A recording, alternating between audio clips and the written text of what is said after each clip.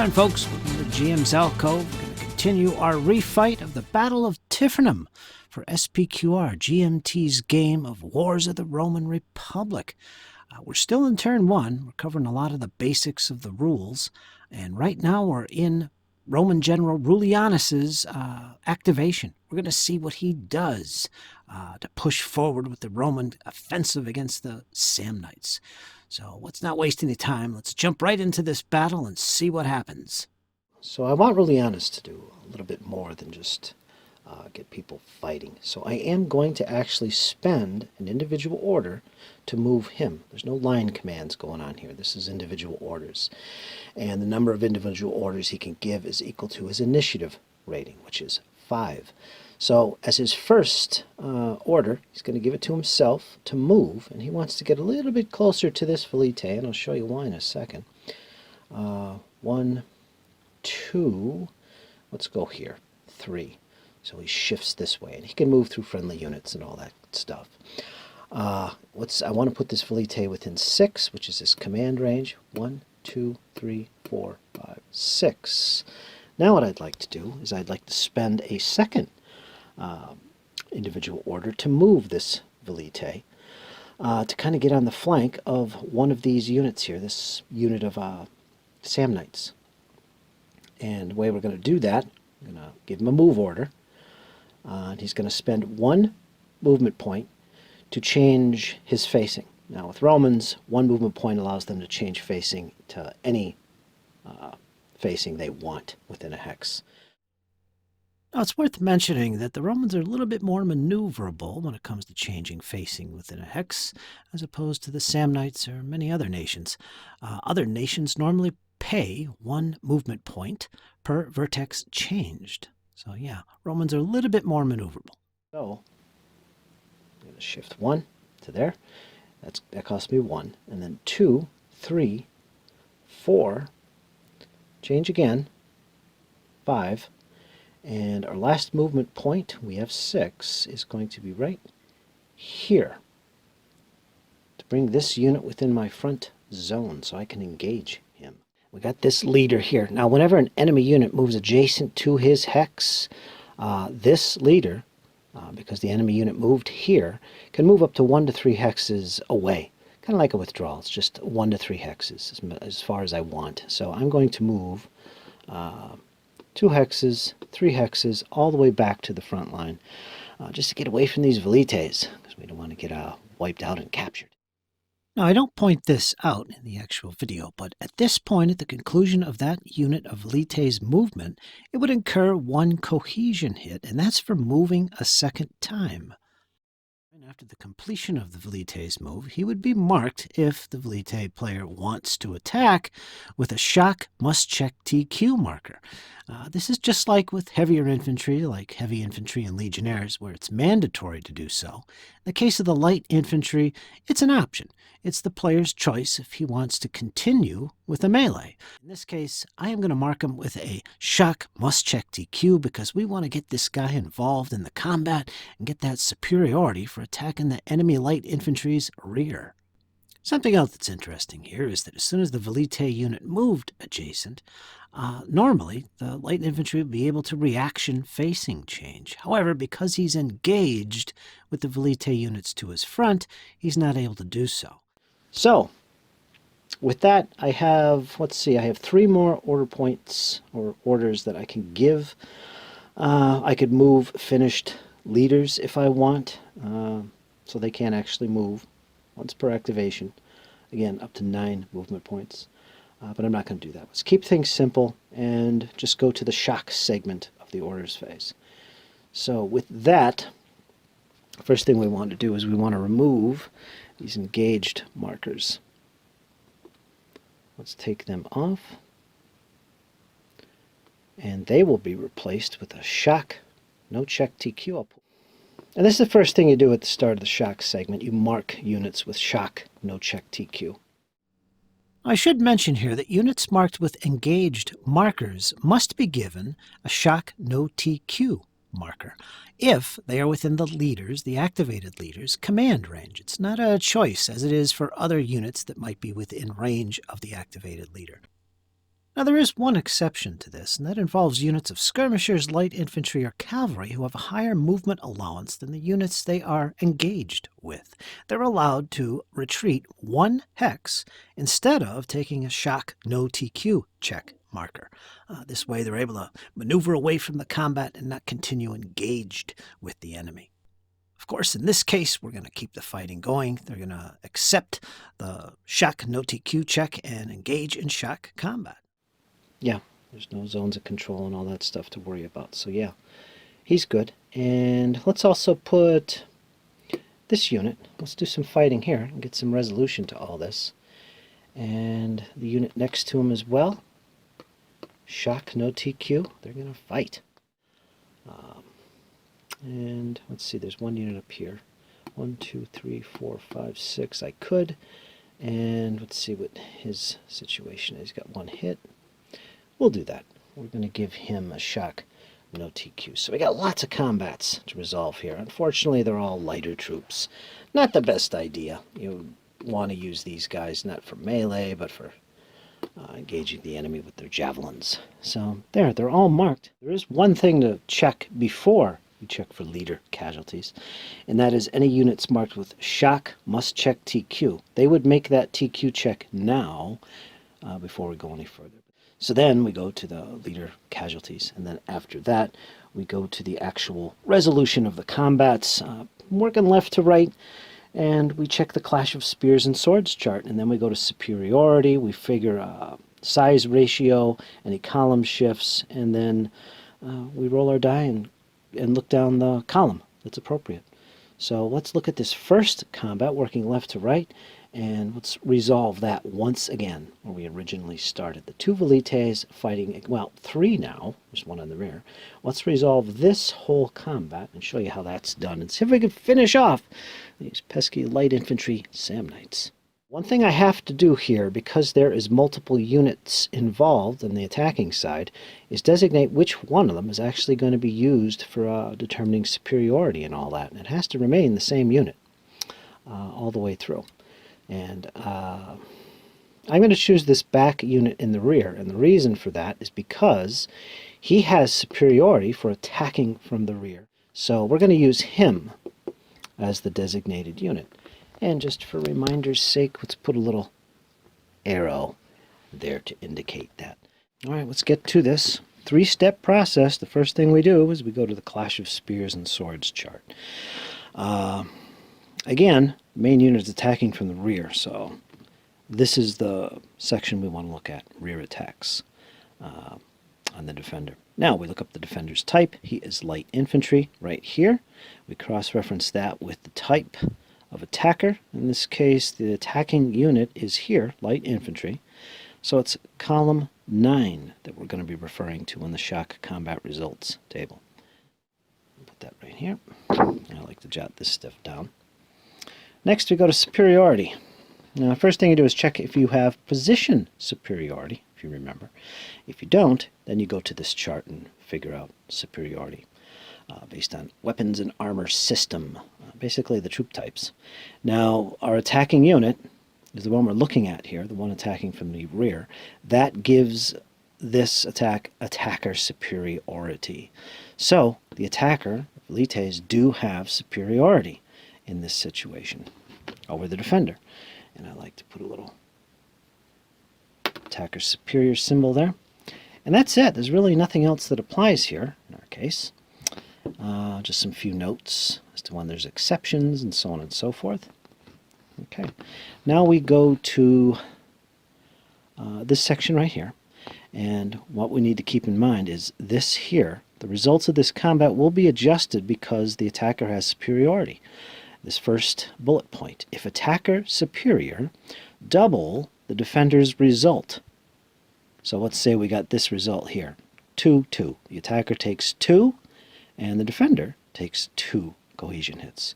The defender would double this 2 to 4. He would take twice as much cohesion hits as this indicates. That's the advantage of having attacker superiority. If the defender's superior, triple the attacker's result. So you can see how that plays a role here. And there's some other stuff in here, little notes. Depletion, nobody is depleted in this combat. Terrain adjustments, it's all clear terrain, so there is no adjustments for terrain. Phalanx units doesn't count, and there's no leaders involved. They will not be adding their charisma ratings, listed on the counter, to this combat. So that's ignored. So the only thing to look at now is the size difference, the size ratio difference. And I'll read this here. Shift a number of columns left or right based on the ratio of the sizes. Does not apply to elephants versus non-elephants or chariots versus non-chariot combats. Okay, let's look at the sizes here. Now, if we look at our involved units, the numbers we're after here are that center number with a red background. In this case, there's a 3. This unit here is a 4. And this velite is also a 3. So they have 6, 7, 8, 9, 10, a size ratio of 10, or a value of 10. And I should jot that down. Going against the Samnites, who only have a size of 4. They have a yellow background behind that number. So it's basically, attackers on the left, 10 to 4. All right, and with that done, we could see that we're at least a 2-to-1 advantage for the Romans, with a possible 3-to-1 because of the remainder left over. Now, this will round off in favor of the attacker if any of the attacking units moved prior to the combat, to affect the combat. And that was the case. This one velite did actually move to that location there, so he does count. He does allow the attacker to make this 3-to-1 odds. It'll be rounded in his favor. So we are at 3-to-1. Now the effect of this is column shifts in favor of the attacker in this case, 3-to-1. And in this case, it's going to be 2 shifts to the right. So this is going to be actually column 11 that we're going to be looking at. And that, according to our chart, are the only modifiers, column shifts, or die roll modifiers that apply. So we're going to roll a d10 under the 11 column, and any results, the attacker is superior, which means that the defender will take twice as much cohesion hits. So let's roll that and see what happens. Now, at this point, the order that we resolve each separate combat that takes place during this activation, the normal way to do it is to go through each step for all separate combats one at a time. And those steps are, first is the charge. That's where we make all those TQ checks for units that moved and must check TQ. We do that across the battlefield for any units that need that check. This is followed by checking for leader casualties, where there's leaders involved with a combat, we check to see if they're going to be casualties. And the next step is to consult the Clash of Spears and Swords chart. And that's where we find out which column we're going to be using in the final CRT. Once that's determined, the next step is to resolve the hand-to-hand combat. And we work with each separate combat one at a time, starting off by checking superiority, the size ratio, column adjustments for terrain, phalanx units, etc. We roll the dice and we apply the hits. The next step is going to be the collapse. This is where we check for routes and all that sort of stuff. That's the final step. Once that's done, we've basically fought every combat on the battlefield. That's the normal sequence for resolving the combats on the battlefield. Let's go ahead and roll this under the 11 column with attackers superior because of that velite in the back. High rolls are better. And we get a 6. No modifiers to the die roll. Let's check it out on the chart. And here we are. We're going to be using column 11. And we're going to check out, what was the die roll here? We got 6 under column 11. So where's our result? Right there. 2 and 4. Attacker's superior, so the 4 becomes 8. The defender takes twice as much casualties. So let's jot that down and apply the effect. All right, here we go. Now let's look at the attackers here. They took 2. They have to be equally spread around all the attackers. So we're going to put 1 on this unit that was used to attack. There are priorities when you distribute cohesion hits. In this case, there's 3 units and only 2. And one of these 2 units, both of which we're fighting, will receive. They both have 2 currently. So we're going to make one of them a 3. Like this. I'm going to take this unit right here. So he took 3. I'll remove the 2. This unit has taken 3 cohesion hits. So he's taken 3, he's taken 2, and he's taken 1. Now let's keep in mind that Velite unit next to the arrow in the back there behind the light infantry, that unit actually has a total of 2 cohesion hits. Remember, he moved a second time previously and incurred a cohesion hit for that. And of course, the combat gave him his second cohesion hit. Now, as far as the opposition, they received 8 cohesion hits. Now, that definitely exceeds his TQ of 5, and he's already got 4, so this unit was smashed. He's definitely going to be routed. We're going to turn him to face the opposite direction, and we're going to mark him with a routed marker to indicate that. So he's definitely been beaten, and that's what it would look like. And these little hits can be removed. They're not going to be applied. He's a TQ of 1. You just remove any current cohesion hits he has. It has no effect on it. And that's how we distribute the hits. Next step, well, technically you're supposed to go to the next combat and do the same thing. But for the sake of this video demonstration, we're going to jump ahead and resolve this off camera. And then we're going to go what's next, which is the collapse step. All right, I just resolved the combats for the remaining units down here. Everybody took losses. The only thing that happened was this unit right here, this Samnite unit, currently has 5 cohesion hits on it. So he might rout, and we'll get into that in a second. But the other combats here and here, they took a few cohesion hits. I think they were like 2 each, but none of them will be put in rout. He's got 3. This unit is at 3 currently, and these Roman units, these Velites, are at 2 apiece. Same for him. Oh, he's at 3. So none of these have equaled or exceeded their TQ, and none of them are within 1 of their TQ. The only situation where that happens is here, this unit. It's important to know that because what we're going to do now is we're going to roll a dice for any unit whose current cohesion hits equals 1 less than its TQ. They have to roll a die, and it's basically a TQ test, and he's 1 under. His is 6, he has 5 cohesion hits. Doesn't apply anywhere else. Let's roll a die, a TQ test basically. He needs a 6 or less, and I'll show you what's going to happen here. Right, and we'll use the red die, because they're Samnites. So 6 or less, this is important. 8. He fails. Now, because he failed his TQ test in this instance, what is going to happen is he's going to be marked as routed. Because he failed that little test, he is going to rout, and that's unfortunate.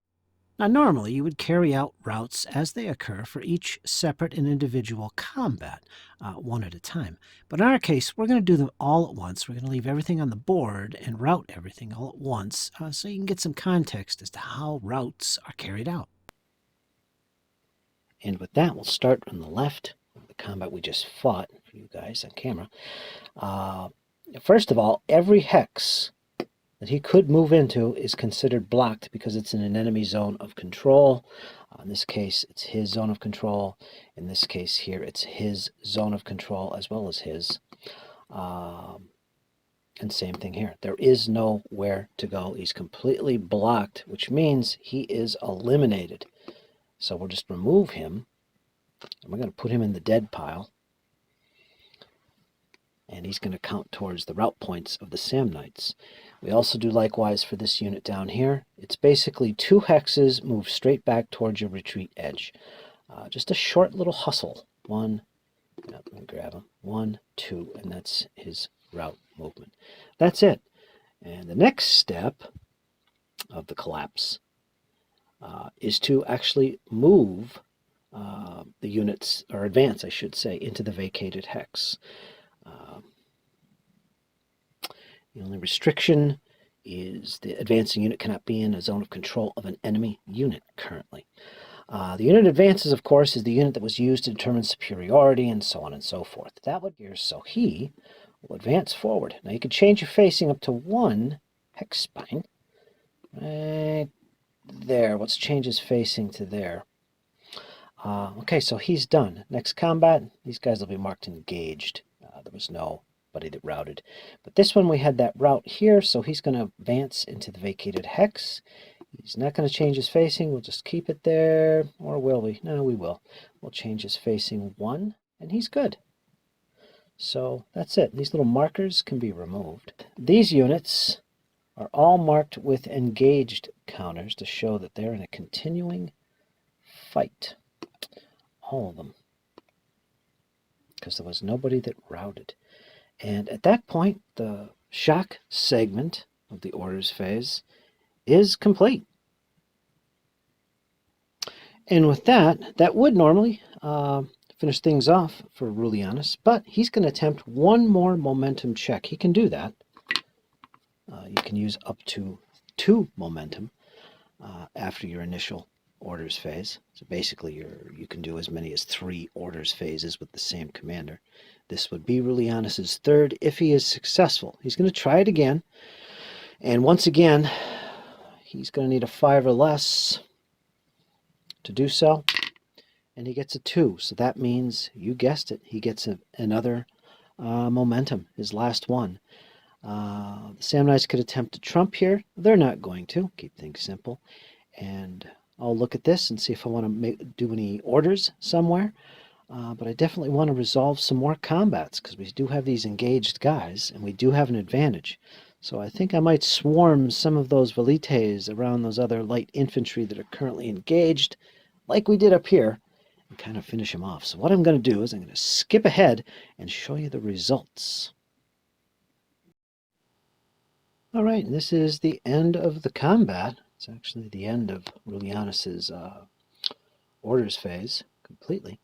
And yeah, so he'll be flipped to finish after this. But here's the look of the battlefield after the fighting. Remember, there was some fighting here. Both of these units are now engaged. They each took 2 cohesion apiece, so they're still good. But over here it was telling. Both of these Samnite units up here were destroyed. All the retreat or hexes were all blocked. They could not escape, and they were destroyed.